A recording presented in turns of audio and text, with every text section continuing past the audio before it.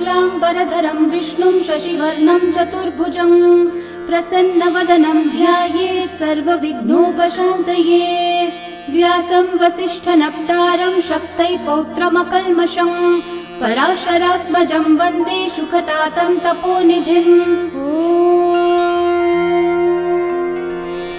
व्रत और उपवास की श्रृंखला में हम आपके साथ एकादशी व्रत के महात्म्य का वर्णन कर रहे हैं।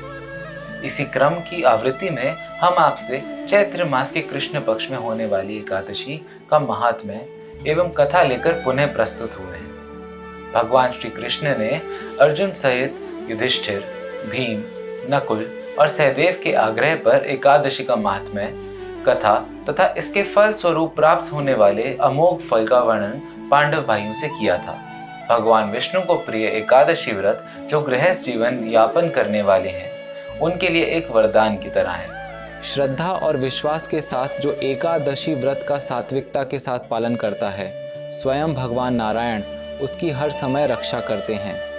उसके हेतु प्रदत्त संपूर्ण कर्तव्य कर्मों को वह निश्चित ही पूर्ण करके स्वर्ग का अधिकारी अवश्य बनता है और भगवान की विशेष कृपा प्राप्त कर कोई तो वैकुंठ प्राप्त का भी अधिकारी बन जाता है।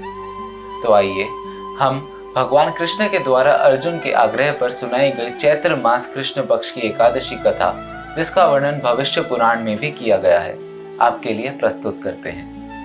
भगवान श्री कृष्ण कहते हैं, हे अर्जुन, एक समय में राजा मानदाता ने महर्षि लोमश से एक प्रश्न किया कि हे ऋषिवर, मृत्यु लोक में मनुष्यों के द्वारा जाने अनजाने बहुत से पाप कर्म हो जाते हैं। अज्ञानतावश हुए उन पापों से मुक्ति का कोई उपाय हमें बताएं, जिससे मनुष्य जन अपने किए गए पाप कर्म से मुक्त हो सके।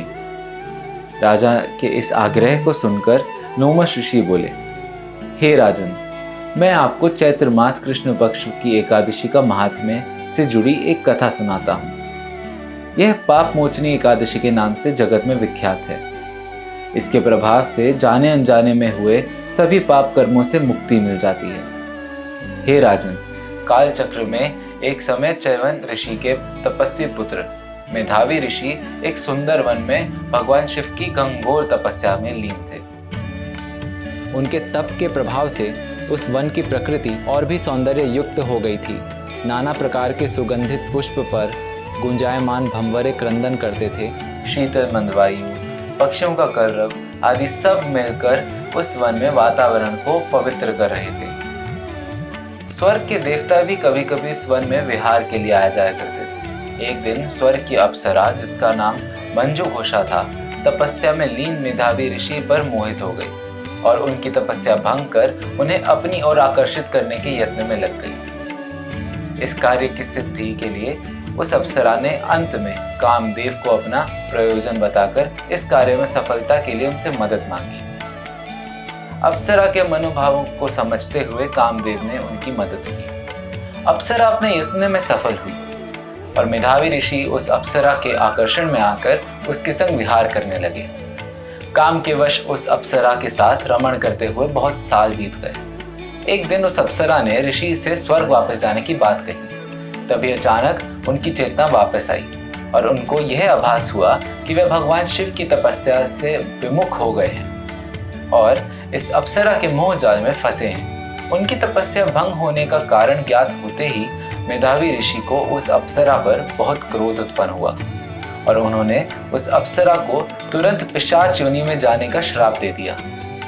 श्राप से दुखी होकर वह अप्सरा ऋषि के पैरों में गिरकर अपनी गलती की क्षमा मांगते हुए उस श्राप से मुक्ति हेतु याचना करने लगी। अप्सरा के अनन्य विनय करने से मेधावी ऋषि का क्रोध शांत हुआ। तब ऋषि ने इस श्राप से मुक्ति के लिए चैत्र मास की कृष्ण पक्ष की एकादशी व्रत करने का सुझाव दिया और स्वयं ऋषि ने भी भोग से तेजहीन होने के कारण इस व्रत का अनुष्ठान करने पुनः अपने तप के तेज को प्राप्त कर लिया।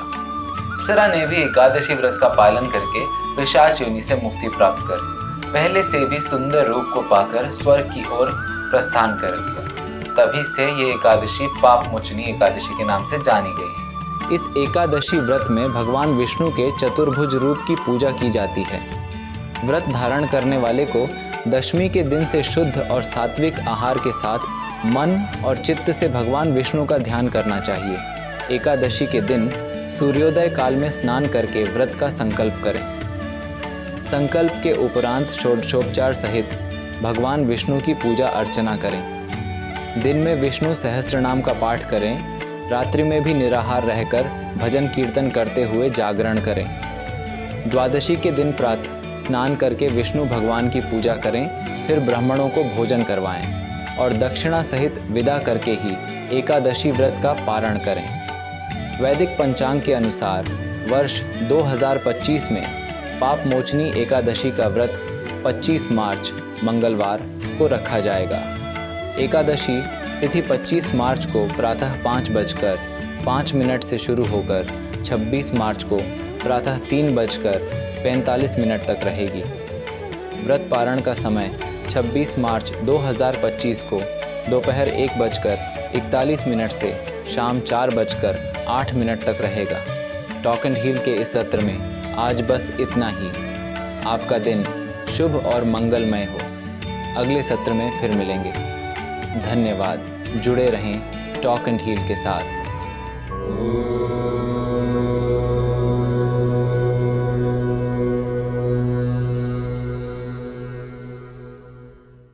हमारा प्रयास व्यक्तित्व का विकास।